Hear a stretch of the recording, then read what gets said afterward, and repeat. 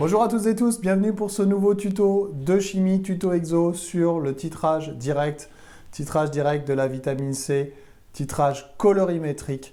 Pour accéder à l'énoncé, je vous renvoie au lien qui se trouve dans le commentaire de ce tuto. Vous aurez accès à l'énoncé. Et ici, je vous propose donc la correction de cet énoncé. Je vous renvoie également à toute la playlist sur les dosages, dosage par titrage, dosage par étalonnage. Alors, l'énoncé nous dit qu'on titre une ampoule pour bébé de volume 10 ml. Donc, comme d'habitude, à chaque fois qu'on fait un titrage, un dosage par titrage, il faut qu'on fasse le schéma du montage, même si ce n'est pas demandé, parce que le schéma du montage permet de bien conscientiser, de bien comprendre comment s'organisent les données et surtout ne pas mélanger les espèces chimiques entre le titrant et le titré. Donc 10 ml de vitamine C, ici qui est donc la solution titrée. La vitamine C, la formule brute, c'est C6H8O6. Dans la burette, en solution titrante, on va mettre du diode. La concentration de diode, elle vaut 2,010-3 mol par litre, ce qui est marqué C' dans l'énoncé. Et on nous dit que le volume équivalent, le volume nécessaire pour atteindre l'équivalence, est égal à 14,2 ml. Voilà. Le titrant, c'est le diode. Le titré, c'est la vitamine C. Évidemment, la question qu'on se pose, c'est finalement quelle est la concentration ou quelle est la masse d'acide ascorbique, donc de vitamine C, dans l'ampoule qu'on a versée ici dans le bécher ou dans l'Erlenmeyer. Première question, quelle est la couleur de la solution à l'équivalence? Alors, le diode est coloré. Quand il tombe et qu'il réagit avec la vitamine C, eh bien, il se décolore puisqu'il se transforme en ion iodure. Quand on est à l'équivalence, il n'y a plus de vitamine C. Donc, le diode qui va continuer de couler si je continue de faire couler, la goutte en excès de diode va donner une coloration marron au mélange ou bleu-violet si on met un indicateur coloré comme le thiodène ou l'emploi d'amidon. Donc, changement de couleur à l'équivalence.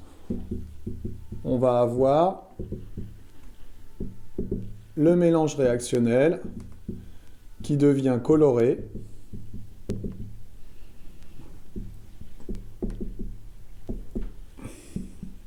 En l'occurrence,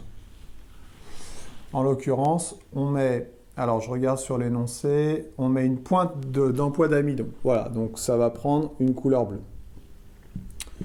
Deuxième question. Exprimer la concentration en quantité de matière d'acide ascorbique, donc à l'équivalence. Alors, à l'équivalence, on va pouvoir écrire que C' fois Vec sur le nombre stoichiométrique. Le nombre stoichiométrique qui est donné dans l'équation de réaction, c'est 1, égale la concentration en vitamine C, ce que je cherche, fois le volume de la prise d'essai, sur le nombre stoichiométrique qui vaut 1 aussi. On va donc pouvoir isoler ce que l'on cherche, c'est-à-dire C. C égale C' fois Vec sur V. Voilà. Calculer sa valeur, donc c'est l'application numérique. Ça donne C égale C', d'où l'intérêt de faire un schéma, c'est qu'on a tout directement, on n'a plus besoin d'aller chercher dans l'énoncé. Volume équivalent 14,3 10-3 sur le volume de la prise d'essai 10-3 millilitres. Alors là, on pourrait très bien faire le calcul de tête.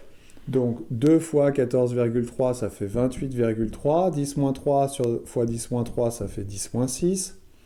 En dessous, 10 fois 10-3, ça fait 10-2. Ça fait 28,3, 10-6 plus 2, ça fait 10-4. Ça fait 2,83, 10-3 mol par litre. Comme on n'a que deux chiffres significatifs dans 2,0 ici, on va écrire 2,8, 10-3 mol par litre. Voilà la concentration en réactif titré. Question suivante, les résultats expérimentaux sont-ils en accord avec l'étiquette? Donc sur l'étiquette et sur l'ampoule pour bébé, il était marqué qu'il y avait 5 mg de vitamine C. On va donc devoir calculer la masse de vitamine C. Alors la masse de vitamine C, il nous faudrait peut-être la concentration massique fois le volume. Et la concentration massique, je vous rappelle que c'est la concentration en quantité de matière fois la masse molaire fois le volume. Si je fais l'application numérique, ça me donne 2,8 10-3 mol par litre, multiplié par la masse molaire de la vitamine C. Alors, elle n'est pas donnée. Donc, il faut que je la calcule. Masse molaire moléculaire, 6 fois la masse molaire du carbone, 6 fois 12, 72. 8 fois la masse molaire de l'hydrogène, 8 fois 1. Ça fait, on est donc à 80. 6 fois 16 pour l'oxygène, 96, 80 et 96, 176. 176 grammes par mol, c'est la masse molaire moléculaire de la vitamine C. Fois le volume, alors évidemment, c'est le volume de la prise d'essai, c'est le volume de l'ampoule, donc 10 ml, 10-10-3. Et en faisant le calcul, on arrive à 5 mg ou peut-être 4,9 mg, ce qui correspond exactement à ce qui est annoncé par le fabricant. Si on n'est pas sûr de notre résultat, on peut faire un écart relatif. L'écart relatif, je vous renvoie, il y a un petit tuto dessus sur l'écart relatif qui permet de vérifier et de comparer la valeur expérimentale avec la valeur théorique en calculant un pourcentage d'écart entre ce qu'on a et ce qu'on obtient et ce qu'on attendait. Si c'est inférieur à 5%, c'est très bien. Inférieur à 10%, c'est passable. Et au-dessus de 10%, c'est que c'est à refaire. Voilà la correction détaillée du petit exercice. Je vous rappelle encore une fois que le lien correspondant, que l'énoncé est dans le lien qui est dans le commentaire de cette vidéo. Voilà. J'espère que j'ai été clair et je vous dis à bientôt pour de nouveaux tutos. Bye bye.